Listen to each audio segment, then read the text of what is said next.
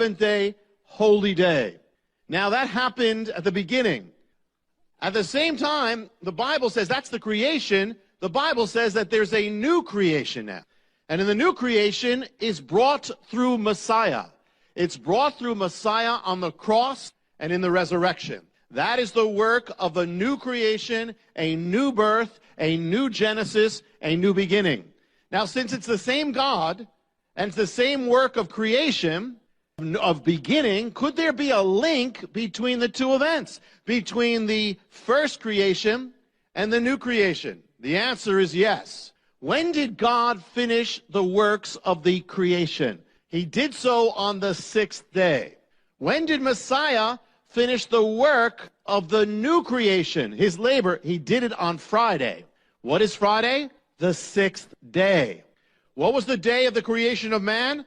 The sixth day. What about the new creation of man? The sixth day. And what is the day of the redemption of man? The sixth day. Same day that God created man. When does the crucifixion take place? Sixth day. And you look at the timing and look at the way the first day began. When did the first day begin? In a sense, it was Sunday, though it wasn't called Sunday. Yom Rishon in Hebrew, that first day at the beginning of Genesis. When did it begin? It began at night. The Bible says always that it was first night and then it was day, the opposite of the way we think in the West.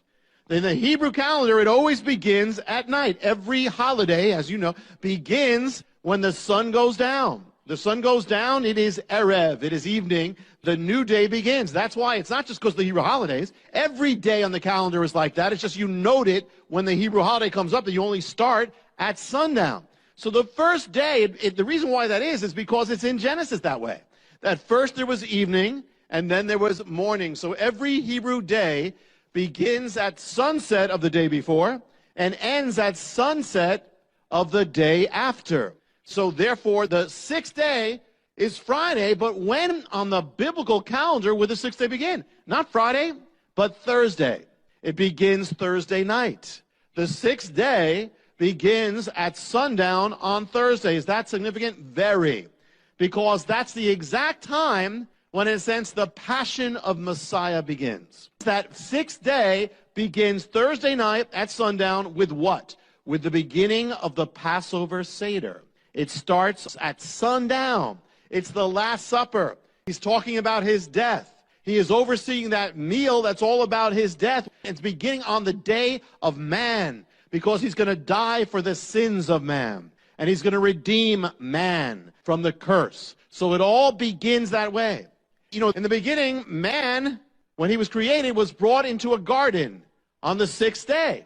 On the sixth day of this new creation, Messiah is brought into the Garden of Gethsemane. And there, his death is prepared for. On the sixth day, he is crucified. The sixth day.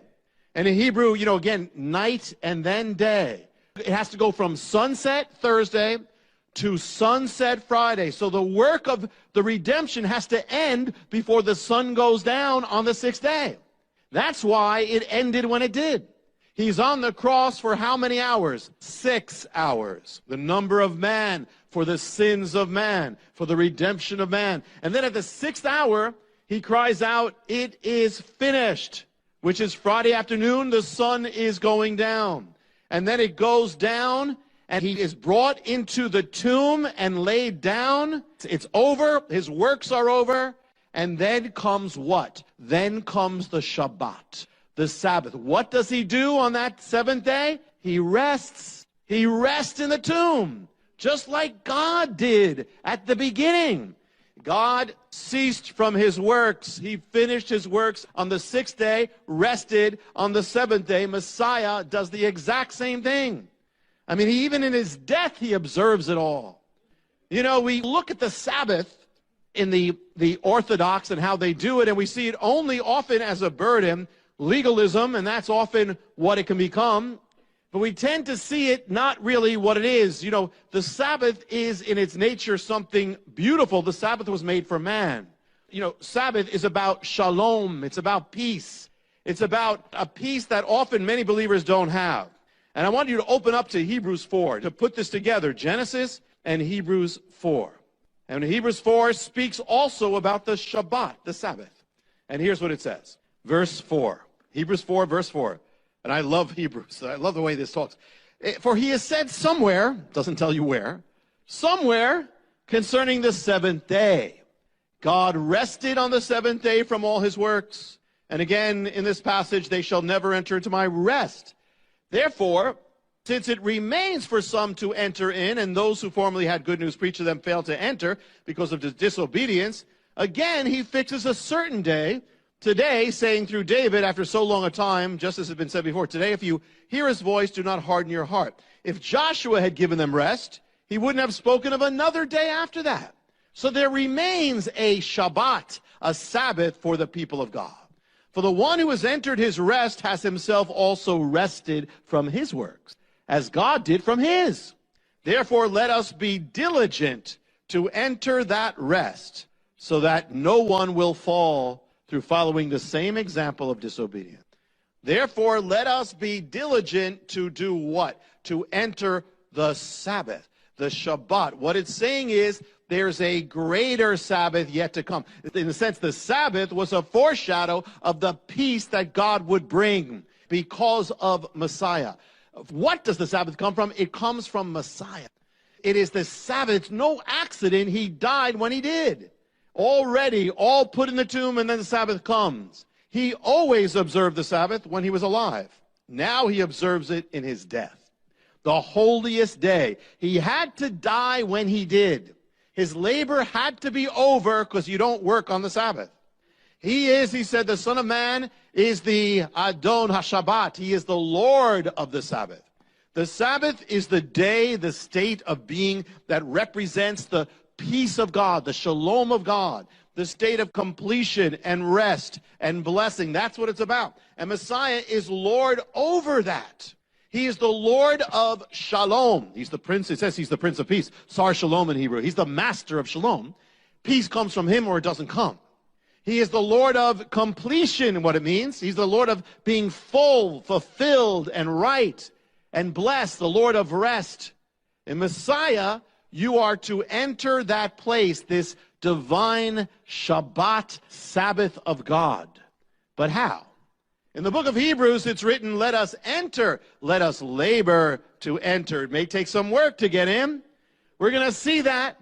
So many believers live their lives in a state of restlessness, just like most of the world, and are not living in the Sabbath of God. But the secrets are there in Messiah's entrance. When Messiah died on the cross, he was not only dying on the cross, he was also entering the Sabbath in the greatest Sabbath entrance that has ever been after the days of Genesis. What was the cross? It was the way he entered into the Shabbat. He labored to enter in. And so the amazing cool thing is, when you look at Messiah on the cross, you actually find keys of entering the peace of God for your life. And keys of entering the place in God where you can have completion and healing and fullness. Messiah, Lord of the Sabbath, teaches us how to enter the Sabbath on the cross, because that's what he's doing. Aside from everything else, he's also entering the Sabbath. And we're going to look at a few of those keys tonight. It's really cool because you wouldn't think so. That's exactly what's happening. On the cross, John 19:28, he says, I am thirsty. I am thirsty, quoting from the Psalms. Is there any key there about peace with God with that? Yes, there is. One of the keys of having peace with God and peace in your life is you have to bring your needs to God. Whatever that is, as much as you don't, you're in trouble. And you'll never be at peace. As much as you pretend you don't have a need, you will never have peace with God. You know, as much as you try to fulfill your own need, you will never have peace with God. As much as you keep two worlds apart, hey, you know, at home I'm one way, I'm here and I'm pretending everything's fine in my life, and yet I have a real need. If you don't bring that to God, you're not going to have peace. You have a need for people to accept you. Listen, we know that's not the end. We shouldn't be there at the end. But if you have the need, don't pretend you don't have it. Bring it to God. You know, whatever the need is, you're lonely, bring it to God. You know, it may even be, you know, you're tempted, bring it to God is what it's saying. You have to bring your thirst to him, and you have to confess it if you're going to be touched, if you're going to have peace in your life. He said, come to me, all you who are weary and burdened down, and I'll give you rest. And come to me, all you who are thirsty, come and drink. First thing is, don't hide your need. People get into big trouble for doing that. And some of the great saints of God, I mean, David got into big trouble for keeping kind of two things in his life and pretending he didn't have that need. You know, God said, why don't you come to me? The thing is, whatever it is, even if you're being tempted, that's a need, bring it to God. God is never saying, don't bring it to me. I don't want to touch. He never says, I won't deal with it. He'll deal with it. Bring it to God. And he's there. Next thing he says on the cross, another key to the Sabbath of God, of Messiah. Matthew 27:45, he says, Eli, Eli, lama sabachthani. He speaks Aramaic, quoting from the Psalms in Aramaic. Eli, Eli, my God, lama, why? Sabachthani, have you forsaken me? Now, people argue and say, how could he be God if he's saying, my God, you've forsaken me? That's the awesome thing about the cross. It's God actually separating himself from himself so he could be one with us who are separated from God. And yet it's all that, and it's also part of the Sabbath entrance. I mean, you wouldn't expect a leader to say this publicly, and here of all people, Messiah to say this, to say something like that, saying that God has separated, has forsaken him. And he's saying, why? But another next key related to the first, for you to have peace with God, peace in your life, is that come as you are. Bring everything, even the sin in your life, especially the sin, God wants it. The guilt, especially the guilt. I mean, he took all these things on the cross, and he already took your sin, so if you're holding on to your sin, you're a thief, because it belongs to him. You know, no matter what it is, maybe you think that God promised you something that didn't happen in your life, and you've been dealing with this, and it's been separating you from God. Until you get this out with God, you're not going to have peace. Even the separation from God, don't let that, listen, if God himself is saying, God, why are you far from me? If God could separate from himself and still be God, that means that no matter how far you feel from God, there's a way, doesn't matter what it is, even that won't separate you from God. You could have committed murder, and that still won't separate you from God if you bring it to God. It's just you don't feel him close. Bring it to him. You're mad at God. You ever been mad at God? Yes, of course you've been mad with God sometimes. The key is, we know the end of the story is that God wins the argument. But the thing is, if you don't ever argue with him, he'll never win in your life. You understand? Jacob wrestled with God. And you're mad with God, bring it to God. It's okay. It's not going to shock him. Other people in the Bible were mad with him, about him. David was. Others were. You know, the thing is that God is used to that. But you got to bring it to God.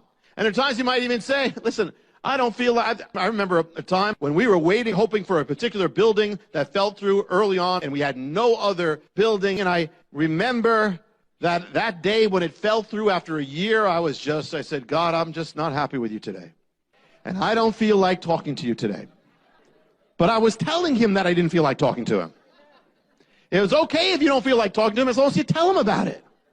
What happened was, God then did the biggest miracle. The next day, he got us the building. But I had to get to that point. If I just didn't deal with it, not it. Lama, he says, why, God? Which means we don't have to understand everything, but still bring it to him. Why, God? I don't understand, but I don't have to understand everything, but this is what I'm feeling. Come as you are. No matter how distant you are from God, he's there with you, also knowing what it is to be distant from God. Even in that. Eli, Eli, lama sabachthani. Even then, my God, you're still my God, even though I don't understand what you're doing. Messiah's word on the cross. One of the things he says on the cross in John 19:28, woman, behold your son. Behold, man, behold your mother. What's this about? Some people say in the Catholic Church, there are those, well, that means Mary's your mother. Well, then it would mean that John's our son, but that doesn't go.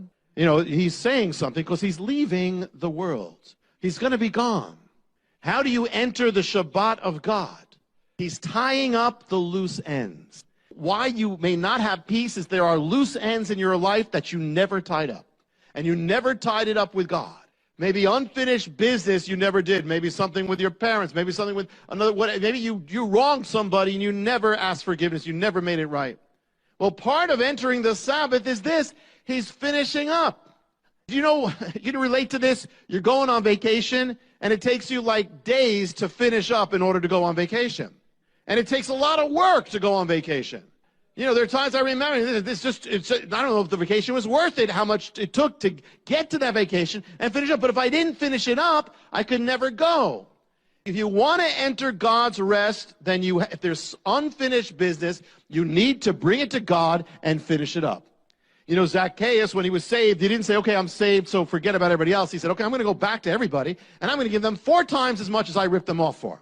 He was tying it up. This was a man who undoubtedly had peace. You ever leave home and you're thinking, wait, there's something I left on, or there's something there. Something not, I left the light on. I left the oven on. I left the mixer. I left the machine on. I left the lawnmower on. And there's something there and you don't have peace because there's something unfinished. Maybe right now you have something at home and you have no peace.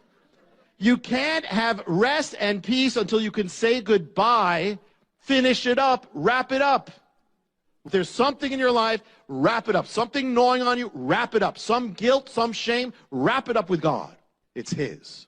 Messiah on the cross in Luke 23:34, He said the most awesome words, Father, forgive them, for they know not what they do. Here He is bleeding to death. They're killing Him wrongly, hating Him, mocking Him, degrading Him, despising Him.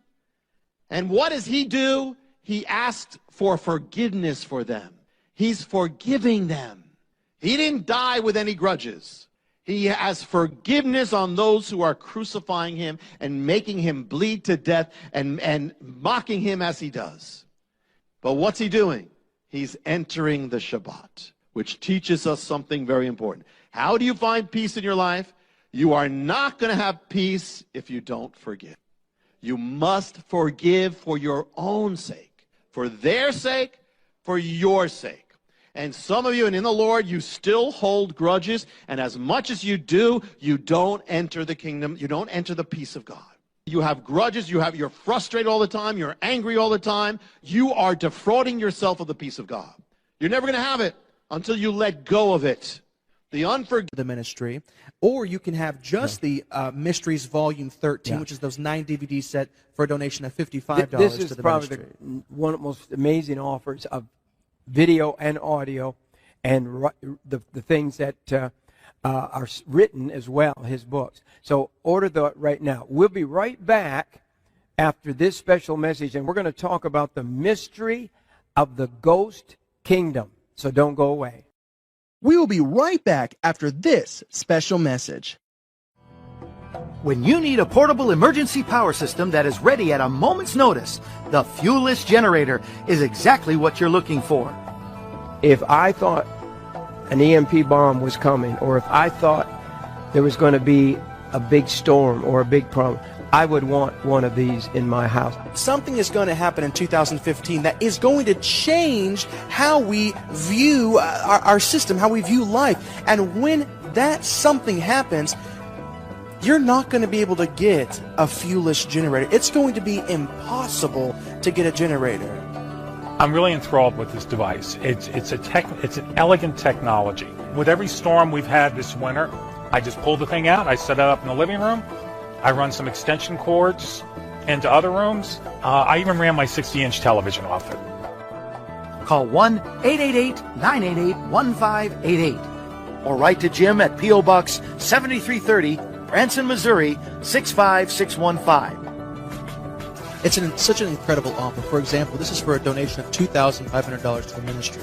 And the unit just by itself is a retail value of $2,500, but you're also going to get a solar panel, which is a retail of $500, then the 20-foot extension cord, and that retails for over $50, and then the crane, which is a retail of over $200. So it's an absolutely incredible savings.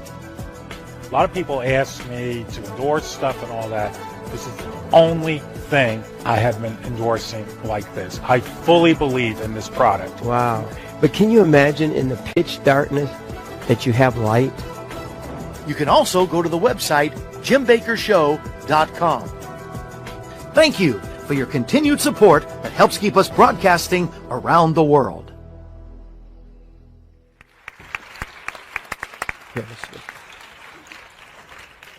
Rabbi, one of the messages in your new series, the Mystery Volume 13, is the mystery of the ghost kingdom. That really intrigues me also. You have some real mysteries here. Sound like Hardy Boy books to me, you know. So the mystery of the ghost kingdom.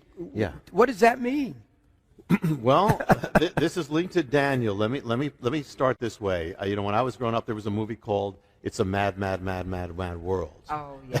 And it was very funny. I saw that one when I was at a one kid. point, they're looking for this treasure. Some of you, and they're looking for, and they say it's under the big W. And they're walking around this park looking for it. They're going all around, and right there, it's in front. But it's so big they don't see it. I mean, it's right there in their faces, but they don't see it. Well, this is a prophetic. I want to share a prophetic end-time mystery that is like that big W. In other words, it is so big, and it's right there, and we, for the most part, have not seen it. This is going to be kind of a whole new take on it. And beginning with Daniel 2. Daniel sees the statue of the kingdoms that represent the 4 great empires of the world. The last one being the 4th one is the Roman. It's the final form. It's going to be the end time kingdom as well. So he sees all that there. Now this is what he says about that 4th kingdom. Daniel 2 says this, verse 33. His legs were of iron, his feet part of iron and part of clay. So the Roman Empire is represented by the legs and then the feet. And then verse 40 says this, the 4th kingdom shall be as iron breaks in pieces and subdues everything, all things. As iron breaks all these things, it will break in pieces and bruise. And where you saw the feet and the toes, part of the potter's clay and part iron, the kingdom shall be divided. But there shall be in it of the strength of iron, as much as shall the iron mixed with the clay. And as the toes, the feet were part iron, part clay, the kingdom shall be partly strong and partly broken. And where you saw iron mixed with the miry clay, they shall mingle themselves with the seed of men, but shall not cleave to one another, even as iron is not mixed with clay. All right. Rome. The traditional view of prophecy is this. Rome was the ancient kingdom. It fell in ancient times, long gone. We're waiting for when it will reappear. Now, that is true. That is true. Much can be said, but there's a whole nother realm of this that is true that I believe we've missed. In fact, the 4th empire is already here. And let me share. And let me share this. Here's the key. First key is the legs are divided. It's a divided, and then the toes, it says it's a divided kingdom, divided empire. And so it is divided in clay, iron, divided with the legs, divided there. It's an empire of division or duality. 2 things, Rome, iron and clay. Rome was made up of the Romans, was also made up of peoples from all nations. Rome was divided literally into east and west. It became the Eastern Empire and the Western Empire. Rome is also divided in time. It stood then in ancient times. It will stand again in the end times, solidified. So it's a divided essence is what we see here. What if the 4th empire, Rome, didn't end, still exists in a different form? It will exist in a solid form at the end, but what if iron breaks into pieces, but clay, it says, is broken? So it breaks, but it breaks other things, but also gets broken, and by doing that, it subdues the world. What is that? There are different ways of subduing the world. What if the Roman Empire, by actually breaking, has been part of subduing the world? Rome is gone, or is it? The picture we have is Rome falling in 476 AD. The Germanic tribes come in, wipe it out. But what people don't know, by that time, Rome was already made up, the army was already made up of Germanic tribes of Rome. Much did not change when that happened. In fact, they even have a hard time making a real date of if it ended. It actually, the barbarians, who we say took over, continue to recognize the Roman Empire and said they are under the Roman Empire. Medieval civilization, Middle Ages, feudalism, was actually a carryover of Rome. It was just Rome breaking apart. It was the same thing. The language of Europe then was Latin, which is the language of the Roman Empire. It did not stop. 800 AD, Charlemagne is crowned emperor of the Romans. This is long after Rome was supposed to be gone. is crowned the Holy Roman Emperor. Rome will remain the center of civilization for over 1,000 years. Most of us learned in school about what we call the Renaissance. What's the Renaissance? The Renaissance is the rebirth of what? It's the rebirth of Roman culture. It was all about Rome culture infusing everything. The year 951 AD, the Pope crowns the German emperor or conqueror Otto as king of what? Germany? No, of the Romans. He's one of those. It starts the Holy Roman Empire. We've heard about the Holy Roman Empire. This is a continuation of Rome is happening, and one of those Holy Roman empires is called Charles V. One of his little piece of land was part of America. Now, America under this emperor of Rome. Now, this is the fourth beast, but it goes much farther. What's happening is that Rome actually did not end. I mean, in one sense, it spread through the world. It's been spreading through the world. Wow. It's been leavening the world. You can travel the world and look at capitals of the world, and all over you'll find their buildings are made to represent Rome, all over the world. Roman law is the basis of much of law that is still all over the world. When the Holy Roman Emperor fell, or the empire fell, out of it was born Germany.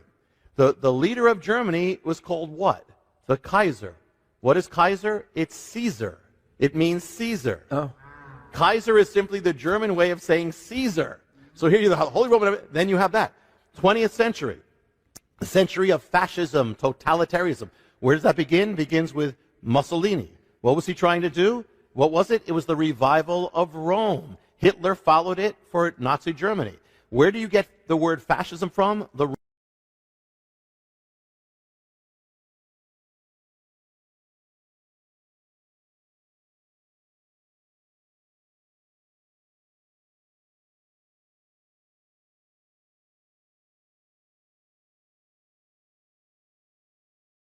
reign, they ruled as what? What's their title? Pontifex Maximus. What's that title? That was the title of the Caesar of Rome. The emperor of Rome was the Pontifex Maximus. They took that from the same leader of Rome. The diocese, that's how Rome divided up Rome into dioceses. Well, through the Catholic Church, it divided up, the world has been divided up as the Roman Empire. I'm not saying people in the Catholic Church know this or that's the point, but this is all the same, the continuation of the same thing. What language? Latin. From Rome comes the idea of the global state. The fourth kingdom, actually from the pieces of the fourth kingdom, which became France, Spain, England, and others, they colonized the entire world. The entire world, in other words, Rome broke up into France, England, and they each became an empire that subdued the entire world. I mean, you have the Spanish Empire, the French Empire, the British Empire. The British Empire, just one little piece of Rome, subdued 1/4 of the entire world. Some say 1/3 of the world. In other words, Rome has already been spreading and has been subduing culture, has been changing culture. One of the colonies from that little fragment of Rome is America. Colony, even the word comes from Rome.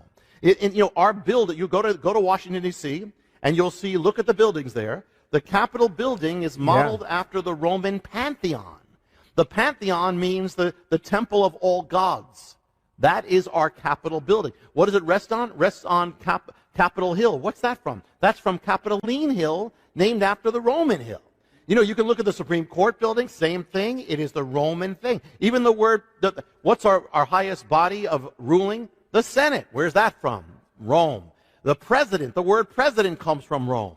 The language of Rome, Latin, in one form or another, has covered the world. If you speak Spanish, that's basically Latin, just morphed. It morphed into Spanish. You speak French, it's Latin, morphed into French. You speak Portuguese, it's Latin. It's the Roman language, morphed into that. Romanian, same thing, all that. English, we say English. English, what is English? English is Latin mixed in with German. In other words, it's Rome and the barbarians come together. It's the iron and the clay. Mixed together. Mixed together, iron and the clay, and it's covered the world. The language of Rome. When did Rome fall? We said 476 AD. Not exactly. Rome split into two, just like the legs of the statue of Daniel. and the East and West. Well, the Western Empire, we said,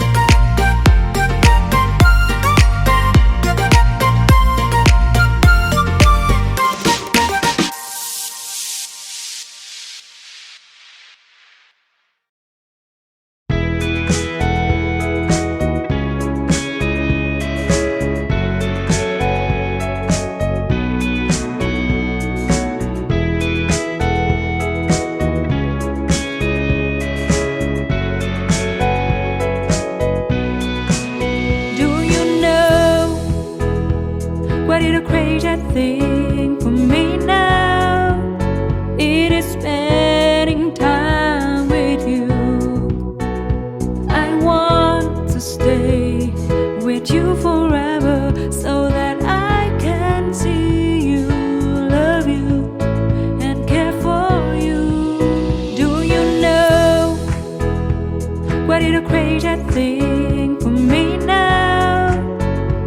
is spending time with you. I want to stay with you forever so that I can see you, love you, and care for you. I feel magical when you are around me. I feel that there is a connection of the heart and soul.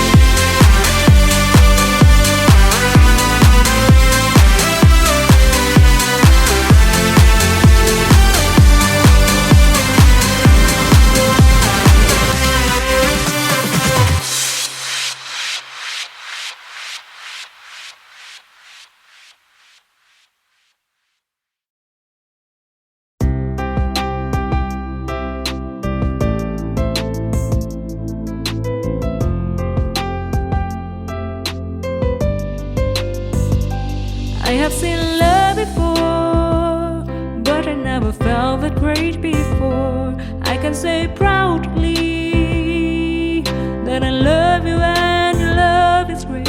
You are such an amazing man. I have seen love before, but I never felt that great before. I can say proudly that I love you and your love is great. You are such an amazing man. You have awakened a part of me. You have created something I've never knew. You not only care about me, but you always respect me as I am. You have accepted a part of me, and that makes all the difference to me. You are such an amazing man.